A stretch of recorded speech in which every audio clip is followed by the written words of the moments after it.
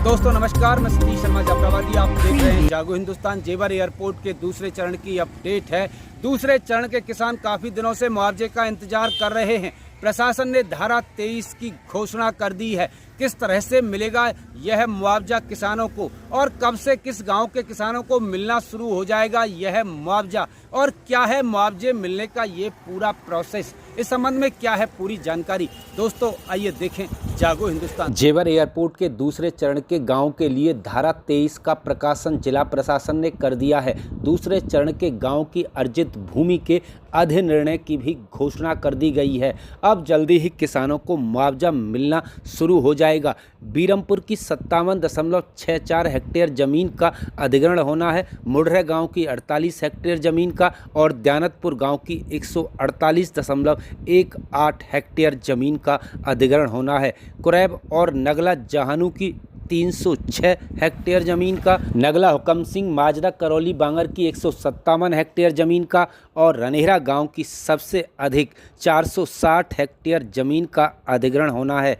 इनमें सबसे अधिक मुआवजा रनेहरा गांव के ग्रामीणों को मिलेगा। सबसे कम मुआवजा मुढ़रे गांव के लोगों को मिलेगा। गौतम बुद्ध नगर जिले के अपर जिलाधिकारी भूमि अध्यापति के कार्यालय में बीरमपुर, मुढ़रे और दयानतपुर गांव के अधिनिर्णय की कार्यवाही 22 जून को होगी। वहीं कुरैब और नगला जहानू के अधिनिर्णय की कार्यवाही 23 जून को और नगला हुकम सिंह गांव के अधिनिर्णय की कार्यवाही भी 23 जून को और रनेहरा गांव के अधिनिर्णय की कार्यवाही 24 जून को होगी।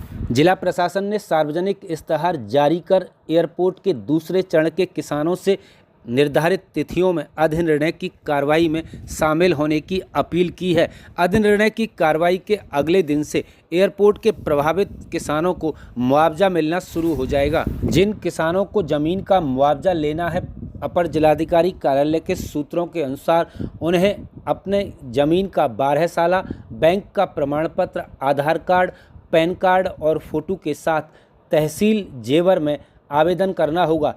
तहसील के राजस्व अधिकारियों की रिपोर्ट के बाद मुआवजे की यह फाइल अपर जिलाधिकारी के कार्यालय में पहुंचेगी। अपर जिलाधिकारी के कार्यालय से सीधे आरटीजीएस के माध्यम से किसानों के खाते में भूमि के मुआवजे का पैसा जाएगा। जेवर एयरपोर्ट के दूसरे चरण के जो बाहरी क्षेत्र के किसान थे, जिन्होंने छोटी ज़मीनों का बैनामा कर रखा था, वह किसान काफ़ी दिनों से मुआवजे का इंतज़ार कर रहे थे। मूल किसान भले ही इसमें जल्दबाजी नहीं कर रहे हों, लेकिन बाहरी किसान मुआवजे का इंतज़ार कर रहे थे।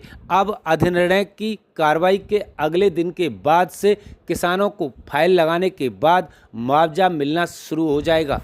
प्रशासन ने दूसरे चरण के गांव के भूमि अर्जन के अधिनिर्णय की घोषणा की है।